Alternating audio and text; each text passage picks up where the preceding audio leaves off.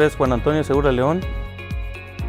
Soy director operativo del Centro de Producción Santa Rita, SADCB, y tenemos desde el inicio de la operación, que tiene 18 años trabajando con los productos de SQM y especialmente con Ultrasol 13244.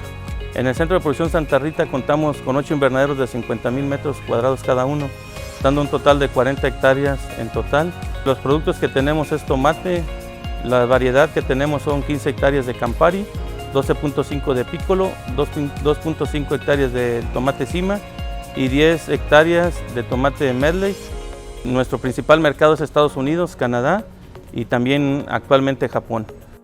El utilizar el producto de Ultrasol a nosotros lo que nos lleva es tener un producto de muy buena calidad, pero sobre todo alcanzar los rendimientos que esperamos ciclo con ciclo.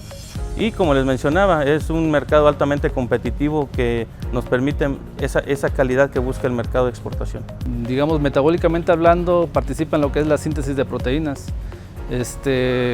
lo que le confiere el tamaño al fruto, el desarrollo del fruto. También es un regulador osmótico, es decir, que permite la apertura y cierre de estomas. Es un producto que da calidad al producto. Como podemos ver, pues la planta ahorita está turgente, tiene buena coloración, tiene buen brillo de fruto y tamaño también.